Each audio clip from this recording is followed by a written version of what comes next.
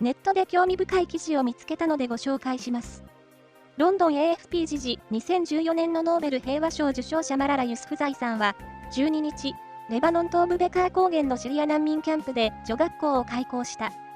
キャンプに身を寄せる14から18歳の少女200人以上を対象に、教育や技能訓練の機会を提供する。この日、18歳となったマララさんは、声明を出し、勇気ある少女たちと誕生日を迎えたことを誇りに思うと表明した。